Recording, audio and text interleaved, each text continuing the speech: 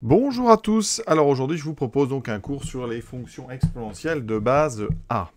On va commencer par une petite introduction sur les puissances de 2. Alors les puissances de 2, on va les placer sur un dessin, donc on va étudier toutes les puissances entières de 2. Donc 2 puissance 0, 2 puissance 0, donc ça vaut 1, donc à 0, un point ici d'ordonnée 1. 2 puissance 1, ça fait 2, 2 puissance 2, ça fait 4, 2 puissance 3, ça fait 8, 2 puissance 4, ça fait 16. Et on peut aussi prendre les puissances négatives. 2 puissance moins 1, ça fait 1 demi. 2 puissance moins 2, je vous rappelle que 2 puissance moins 2, quand on met une puissance négative, c'est 1 sur 2 au carré. C'est donc 1 quart. Donc ici, 2 puissance moins 3, ça sera 1 huitième. Et vous obtenez comme ça toute une série de points. Alors si on relie les points de façon harmonieuse, on obtient une courbe, d'accord? Donc ça donne ceci, vous voyez. Ouais, et cette courbe, eh bien, on va considérer que c'est celle d'une fonction, d'accord? Et cette fonction, comme elle passe par tous les points, donc des puissances de 2 entières, eh bien, elle va être reliée au nombre 2. Et on va appeler ça la fonction exponentielle de base 2. D'accord? Et cette fonction exponentielle de base 2, on va l'appeler exp comme ça avec un petit 2 ici. Et elle correspond à 2 puissance x, à 2 puissance x pour toutes les valeurs entières. Mais on va créer justement des puissances de 2 qui ne sont pas entières et qu'on trouvera par approximation sur ce schéma. Et après, vous allez voir, on va utiliser la fonction exponentielle qu'on a vue en terminale et en première pour justement généraliser et expliquer un petit peu plus formellement ces petites courbes. Donc, si vous voulez par exemple 2 puissance 1,2, eh bien vous placez à 2, à 1,2, et vous allez chercher ici, oui, le point qui correspond sur la courbe, et là vous aurez une idée de combien vaut à peu près 2 puissance 1,2. Autre petite remarque, les puissances 1,5, c'est des choses que vous avez déjà rencontrées. 2 puissance 1,5, ici, si on regarde sur ce schéma, eh bien ça va correspondre en fait à la racine carrée de 2. Donc la puissance 1,5, ça va être la racine carrée. Ça vous l'avez certainement déjà rencontré. La puissance 1 tiers, ça sera la racine cubique. Donc là, on travaille, vous voyez, sur ce qu'on appelle la fonction exponentielle de base A. Donc, expression 2 puissance x. Donc maintenant, 2 puissance 1,2, 2 puissance 1,3, tout ça, ça va exister. 2 puissance pi, 2 puissance e, toutes les puissances de e peuvent exister. Alors on va généraliser ça, parce que là, j'ai utilisé les puissances de 2. Eh bien, si on avait utilisé les puissances de 3, les puissances de 4, eh bien, on aurait comme ça constitué toute une panoplie de fonctions qui s'appellent les fonctions exponentielles de base A. A, c'est bien, le nombre que vous mettez à toutes ces puissances. Là, c'était base 2, on a base 3, base 4, base 2,1. Donc, on peut imaginer toutes sortes de puissances et de nombres. Alors, ici, on peut finalement imaginer un 2,1 à la puissance 3,4. Voilà, ça va avoir du sens. Et on va maintenant passer à la partie formelle.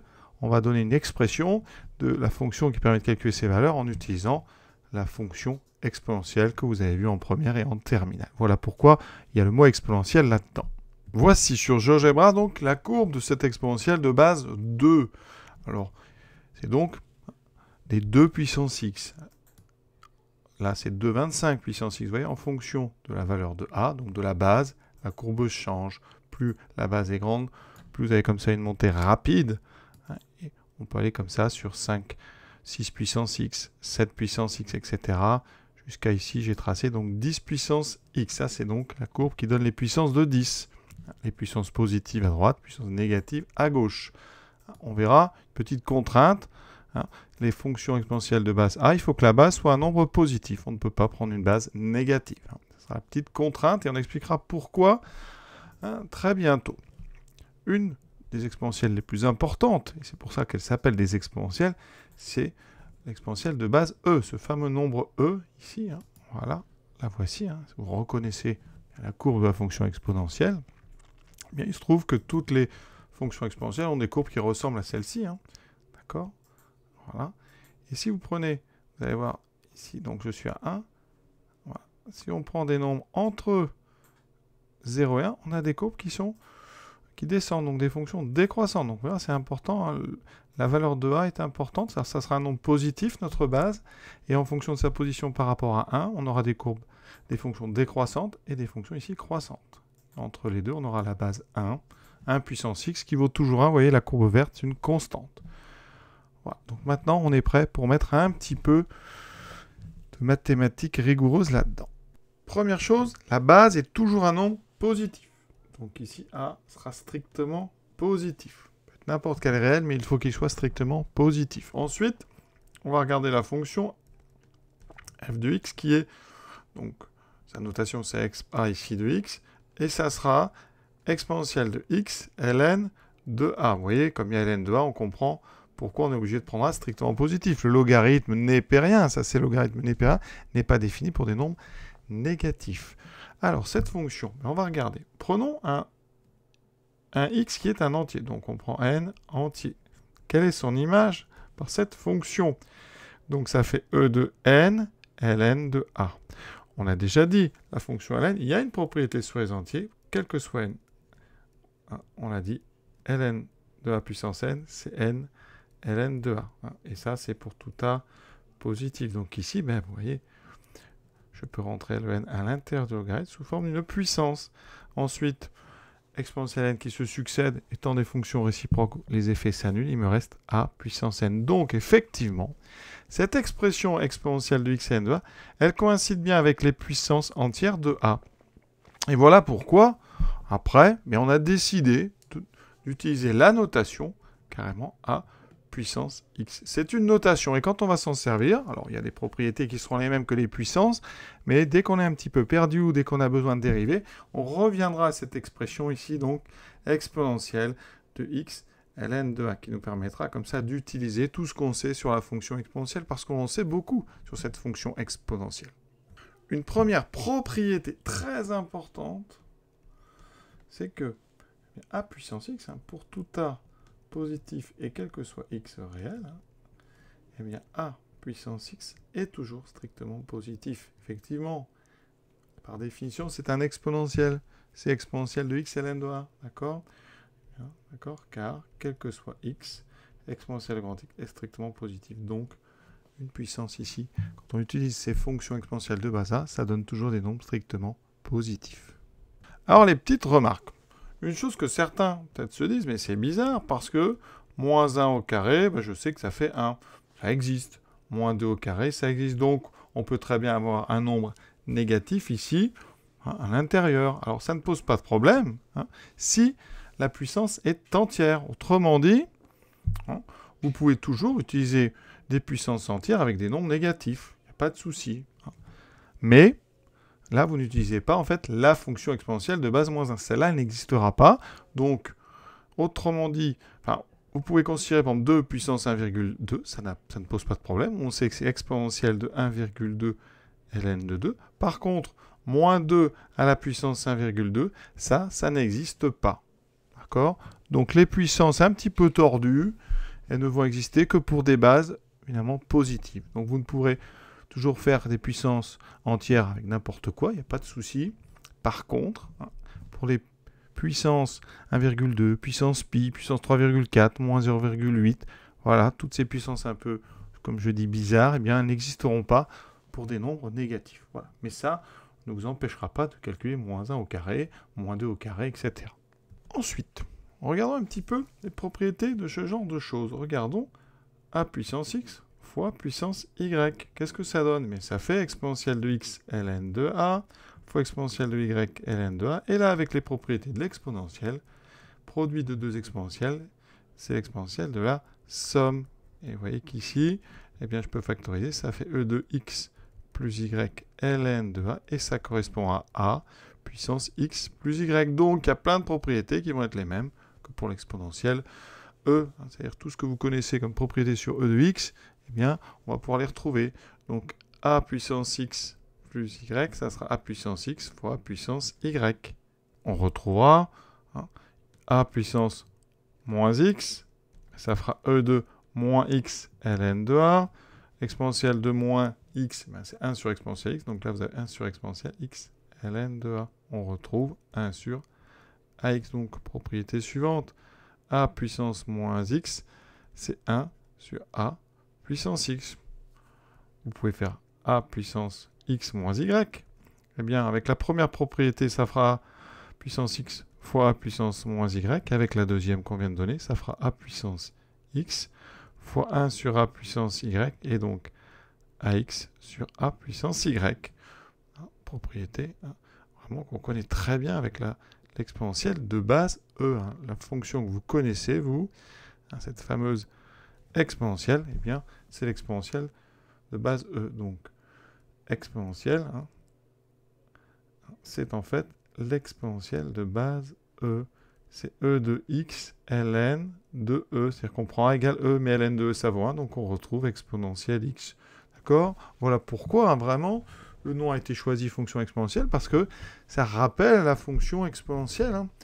Celle, vraiment, dont on connaît absolument tout, puisque c'est au programme de terminale, et donc on sait beaucoup de choses, et donc il va falloir s'en inspirer. Ensuite, d'autres propriétés avec deux bases. Si on fait A puissance X, B puissance X, eh bien, on aura donc exponentielle de X, ln de A, multiplié par E de X, ln de B, ça fait E de X ln de A plus X ln de B. D'accord? Et regardez bien ce qui va se passer ici. On va pouvoir factoriser par X cette fois-ci. ln de A plus ln de B. On a la somme de deux logarithmes. Ça revient au logarithme du produit. Donc ln de AB. Et ça, c'est exactement la formule de l'exponentielle A fois B. Donc ça, c'est AB puissance X. D'accord? AB, donc avec ici, à cette position, donc un X.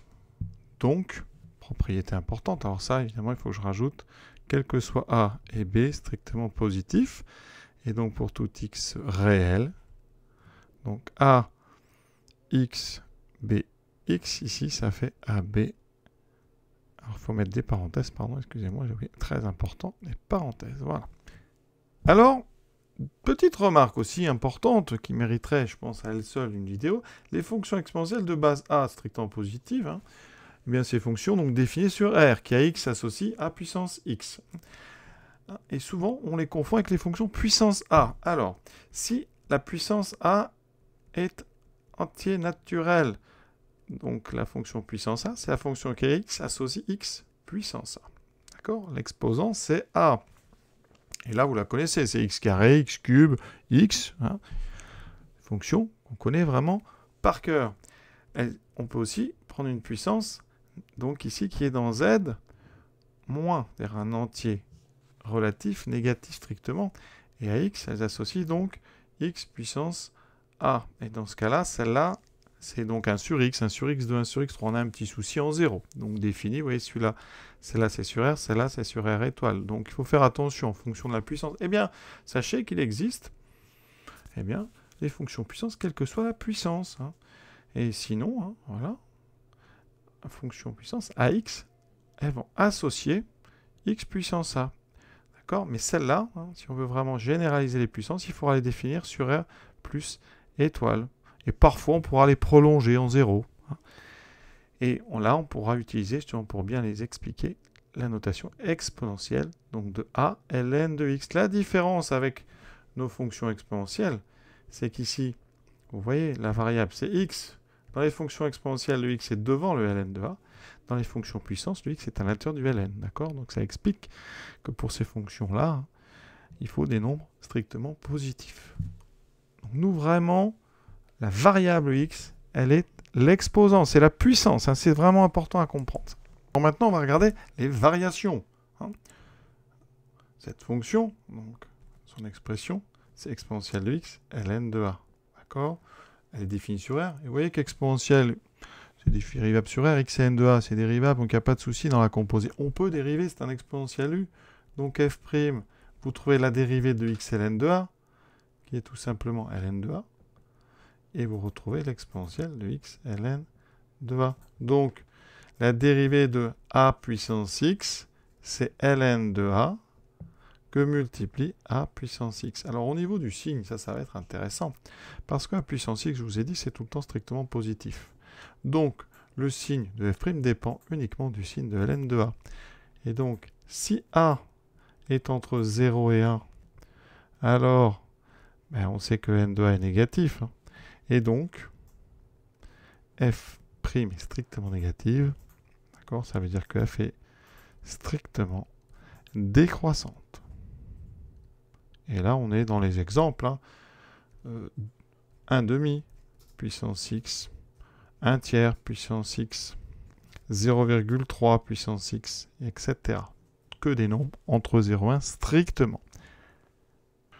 Si a est égal à 1, j'aurais dû peut-être même écarter le cas tout de suite, eh bien, vous pouvez remarquer exponentielle a de x, pour tout x, ça fait e de x ln de 1, donc ça fait e de x fois 0, ça fait e de 0, ça fait 1. Dans ce cas-là, eh bien, quand on dérive, f' de x vaut toujours 0. D'accord? Et donc, la fonction f est constante.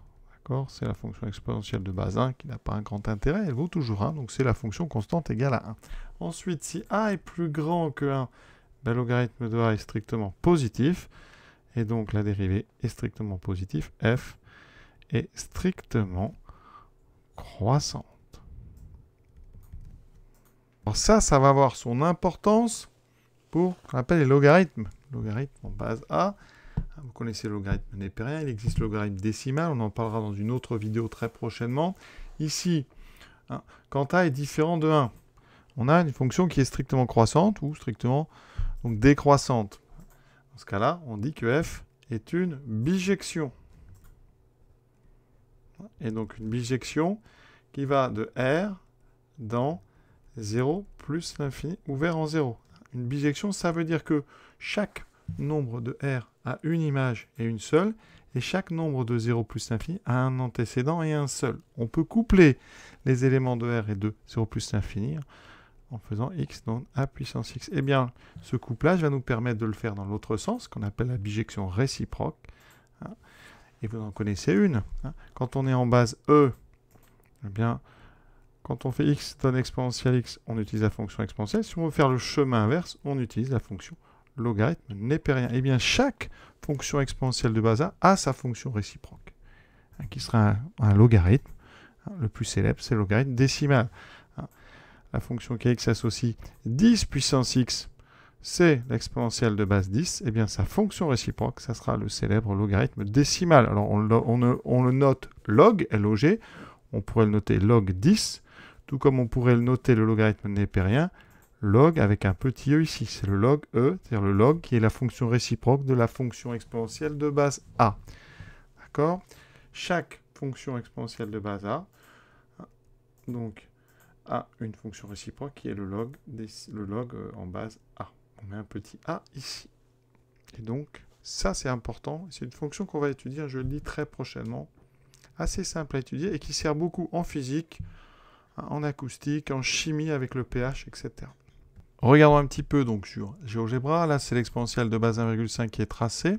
En rose, c'est l'exponentielle classique. Vous voyez, l'exponentielle de 1,5, donc on l'avait dit, strictement croissante. Hein, ça a un peu la forme d'exponentielle, mais évidemment moins pentue. Hein. Donc quand a est plus grand que 1, on a des fonctions, vous voyez, dont la courbe monte, donc strictement croissante. Voilà. Si on prend des nombres donc plus petits que 1, ici, on a évidemment voilà, le phénomène inverse. On a comme ça des fonctions décroissantes strictement.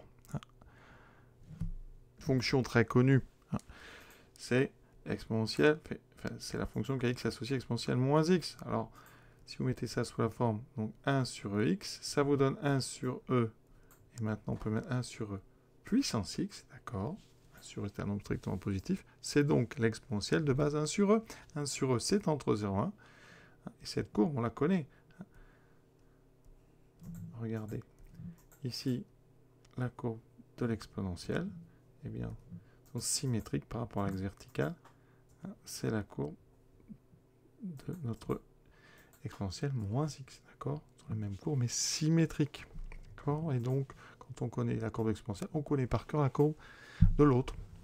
Et donc, voilà pourquoi si l'exponentielle est strictement croissante, mais exponentielle moins x, la fonction qui a x associée exponentielle moins x, elle est elle strictement décroissante, parce que c'est une exponentielle de base 1 sur e, avec 1 sur e entre 0 et 1. Donc une petite propriété sur les courbes, si vous regardez a puissance x, donc toujours A strictement positif. Et si vous regardez 1 sur A puissance x, ce sont deux. Donc ici, c'est les expressions de deux fonctions exponentielles, hein, de base A et 1 sur A. Eh bien, il y a un lien entre les deux. 1 sur A puissance x, ça fait E de x ln de 1 sur A. Et donc, ln de 1 sur A, on sait que c'est moins ln de A. Donc ça, c'est exponentielle moins x ln de A. Et celle-là, hein, ça sera exponentielle de x ln de A. Eh bien, il se trouve que la différence juste entre les deux expressions, c'est ce moins. Et ça vous amène un axe de symétrie. Je vous l'ai dit, exponentielle moins x. Eh bien, vous aurez la même chose avec a puissance x et 1 sur a puissance x. Vous voyez, regardez ici. Hein, je vais tracer 2 puissance x en vert et 1 demi puissance x en rouge. Vous voyez, les deux courbes sont symétriques par rapport à l'axe vertical. Donc, quand on connaît 3 puissance x, on connaît par exemple 1 tiers puissance x. Parlons un petit peu des limites. Alors, évidemment, il va falloir séparer les cas. Si a est plus grand que 1, on a vu sa courbe, hein, c'est une fonction strictement croissante. Donc, a puissance x tend vers plus l'infini quand x tend vers plus l'infini. Hein, c'est lié à exponentielle x ln de a, évidemment. Hein. Quand vous regardez x ln de a est plus grand que 1. Donc, ln de a, c'est un nombre strictement positif. Donc, x ln de a tend vers plus l'infini. Donc, ceci tend vers plus l'infini. En moins l'infini, eh bien, ça va tendre vers 0. Parce que dans votre exponentielle, eh bien, ici, ça va tendre vers moins l'infini. Et donc, vous aurez exponentielle moins l'infini qui tend vers 0. Si a est entre 0 et 1, on l'a dit, mais on aura l'inverse. C'est-à-dire que la limite en plus l'infini sera 0. 0. Et la limite en moins l'infini sera plus l'infini. Encore une fois, c'est lié à la forme de la courbe. Si vous connaissez 2 puissance x, eh bien ça se passe de la même façon, ou exponentielle x. Alors, il existe une autre façon d'aborder la définition des fonctions exponentielles de base A en passant par ce qu'on appelle une équation fonctionnelle. Une équation fonctionnelle, ici, ça peut se présenter comme celle que je vais vous donner ici. Pour tout u, donc ça c'est donc quel que soit u et v de réel, eh bien, f de u plus v doit être égal à f de u fois f de v. Autrement dit, si on cherche toutes les fonctions qui vérifient ça, quel que soit u, v réel, c'est-à-dire qui transforment toutes les sommes en produits, eh bien, les fonctions qui vérifient cette chose-là, eh bien, ce sont toutes les fonctions exponentielles de base A. Et avec ce genre d'équation fonctionnelle, on arrive à montrer aussi que une telle fonction, alors on part du principe qu'on prend une fonction non nulle, d'accord ? Non nulle, c'est-à-dire que ce n'est pas la fonction nulle. Effectivement, vous voyez, si je prends f égale à 0 partout, l'équation elle est vérifiée. Donc moi, je considère donc les fonctions qui sont non identiquement nulles, c'est-à-dire que ce n'est pas la fonction nulle. On prend une fonction au moins continue en un point. Donc on est quand même sur des concepts un petit peu plus compliqués que ce qu'on peut faire en terminale. Eh bien, on arrive à montrer que les fonctions qui vérifient ça sont continues, strictement positives, d'accord ? Et que, eh bien, à condition d'appeler donc A f de 1, eh bien, ça s'appelle les exponentielles de base A, et elles se notent exponentielles de A. C'est une autre façon d'aborder le problème, et on comprend après pourquoi, vous voyez, eh bien, on a les mêmes propriétés magnifiques qu'on a vues chez la fonction exponentielle. Hein, on a exponentielle de A plus B égale exponentielle de A fois exponentielle de B. On a vu pour les fonctions exponentielles de base A que A, donc ici, puissance x plus y, c'était A puissance x fois x puissance y. Et vous voyez, hein, on peut considérer que ça vient aussi de cette façon de définir les fonctions. Hein. D'accord ? Donc l'avantage de ce genre de façon d'approcher les choses, c'est que ça permet de montrer que l'existence de ces fonctions, elle est un petit peu, elle n'est pas forcément liée à celle du logarithme. Parce que pour faire la première définition, vous voyez, on a utilisé le logarithme de A. Avec cette deuxième façon d'aborder le problème, on peut se passer du logarithme. Donc elles sont dépendantes l'une de l'autre. Et en plus, ces définitions, elles se complètent. Hein. Elles amènent toutes les deux aux mêmes fonctions. Donc c'est vraiment extraordinaire tout ça. Hein. Et c'est vraiment des fonctions qui sont très importantes parce que ces propriétés de transformation de somme en produit, elles servent vraiment beaucoup. Hein, et on va s'en servir dans l'autre sens, transformation de produit en somme avec les fonctions logarithmes de base A. Alors, j'ai à peu près dit tout ce que je voulais sur ces fonctions exponentielles de base A. Ça autorise après à faire des exercices qui peuvent être assez rigolos. Par exemple, on peut considérer les fonctions x puissance x, d'accord, en considérant finalement que ce sont ici, fonction, ça fera x, e de x, ln de x. Donc déjà, elles seront définies sur R plus étoile, hein, et donc ça permet d'avoir des fonctions un petit peu comme ça, à l'apparence, à l'expression un petit peu étrange et étonnante. La suite du programme, eh bien, ça sera les fonctions logarithmes, et notamment la fameuse fonction logarithme décimale qui sert beaucoup pour tous ceux qui font spécialité physique, avec par exemple le pH, hein, le pH qui est, donc, vous le savez, moins log de la concentration en H3O+, on verra ça bientôt, et donc, bien, ça veut dire que votre concentration en H3O+, c'est 10 puissance moins pH, et donc là, on utilise en fait cette fonction exponentielle qui a x associe 10 puissance x, donc fonction exponentielle de base 10. Hein. Donc très très important en maths, un logarithme décimal. On s'en sert aussi dans le domaine sismique, dans le domaine du son acoustique. Hein. Donc vraiment, à voir. Donc je vous souhaite une bonne fin de journée et à très bientôt.